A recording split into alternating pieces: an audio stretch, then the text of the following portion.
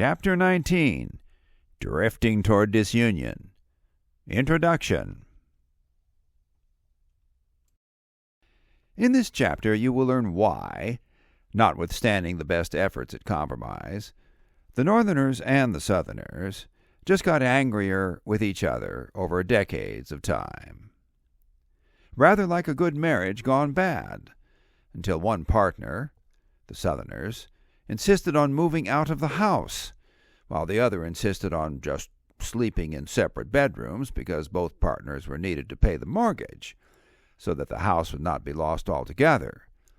It really was like a family feud, because Americans had from the beginning been tied together by a set of ideas and ideals unique in all the world, not by blood, nationality, race, ethnicity, culture, or language, which tie other countries together. So for us, losing any of the family members was not just a separation, but rather a divorce that would weaken the family, possibly fatally. And that's why you'll also learn about Harriet Beecher Stowe in this chapter, a family woman with 6 children who wrote a novel about a family torn apart in America, Uncle Tom's Cabin.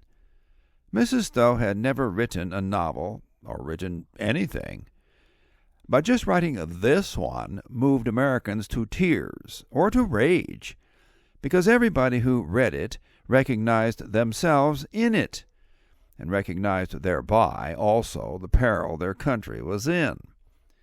It was a most timely work of literature, about which Harriet Stowe said that God wrote it, and she was just holding the pen. In this chapter you'll also learn about Hinton Helper and his persuasive book, The Impending Crisis of the South. Hinton was a white Southerner who attempted to show that the common white people of the South, people like him, who comprised the majority of people in the South, suffered the most under the plantation slave system, at least as much as the slaves themselves, he said. And he wanted to know why the white people of the South chose to live under a system that did not serve them. It never would serve them. It might soon be the cause of their destruction. You'll read his persuasive argument, and if you read his entire book, you might think you have an answer of your own. How can a whole people be persuaded, or tricked, or forced to support a political and economic system which pauperizes and demoralizes them and offers them no future?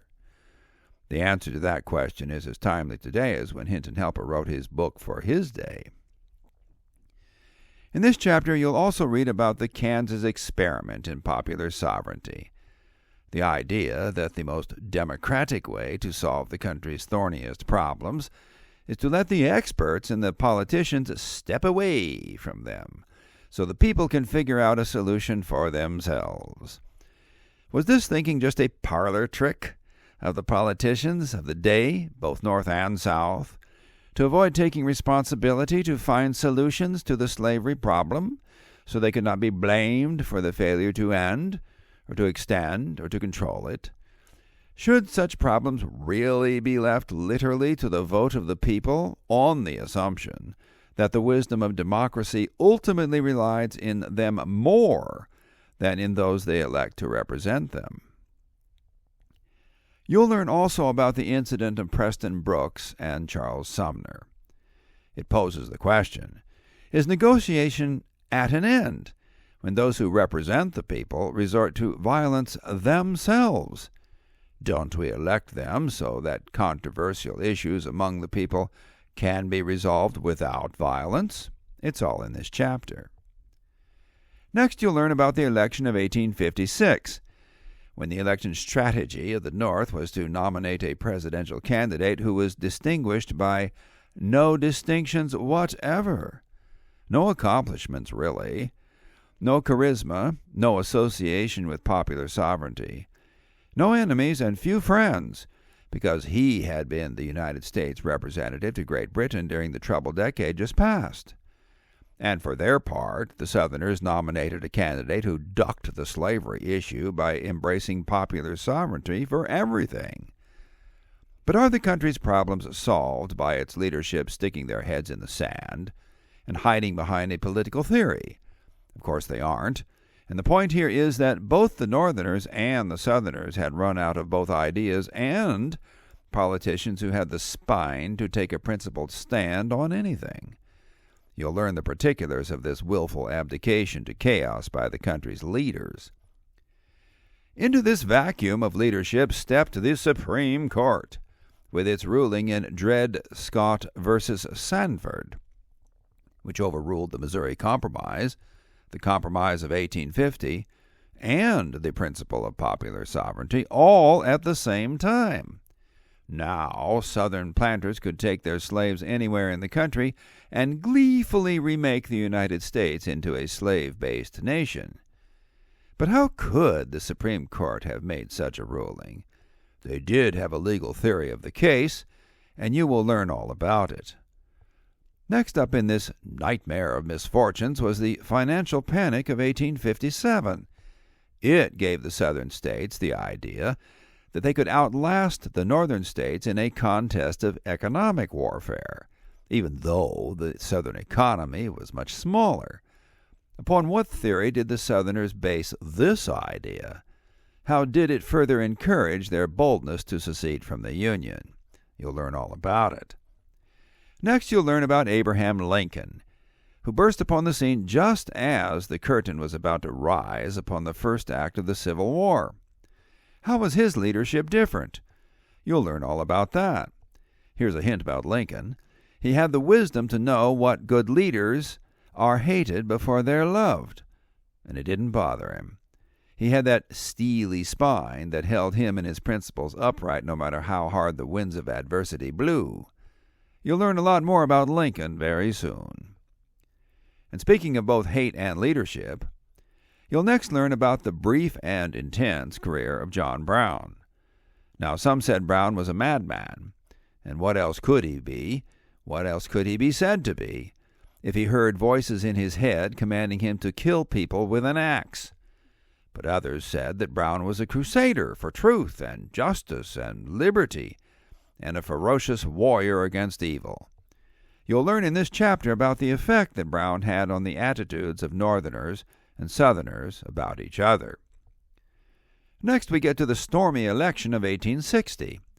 How did both the Northern states and the Southern states try at this late stage, remember the war would start only months later, to bring order out of impending chaos at their Republican and Democratic conventions?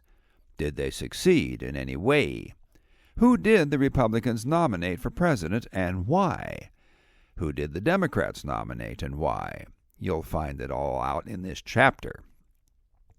With the election of 1860 behind them, and a new president chosen for the country, what became the next move for the Southerners? And what was the response of outgoing President James Buchanan? Why did he do nothing to stop Southern secession? Why didn't he assert the authority of the Union just when it was needed? You'll learn about the dilemma Buchanan was in. And although Buchanan's reputation has suffered ever since in the stocks of public humiliation because of his refusal to stand up for his country, still he did have a theory of the case that he thought justified his inaction. You'll learn what it was in this chapter. And what message did President Lincoln have for both the North and the South in his inaugural address when he finally took Buchanan's place on Inauguration Day? Senator John Crittenden of the border state of Kentucky did have a final compromise idea, even then for the president's consideration to resolve the secession crisis. What was it? What was Lincoln's response? Wouldn't any attempt at compromise still be preferable to war? You'll find out. Surprisingly, when the Civil War finally did start, both sides were more relieved than apprehensive. What could explain this? Why did President Lincoln let the Southerners initiate hostilities instead of boldly going on offense with the Union Army? You'll learn the answer in this chapter. And you'll learn that the country now had a leader who was as shrewd as he was determined to save the Union. The Southerners knew they were outgunned and outmanned from the beginning by the Union Army, Why then did they still think they had a better than even chance to win their independence from the United States? What would be their battle strategy to accomplish this? You'll learn about this. Military historians and strategists have studied the opening scenes and battles of the American Civil War for over 150 years to learn what went right and what went wrong for both sides. Its lessons still resonate today in a world conflicted by war and the threat of war, which makes them important to understand.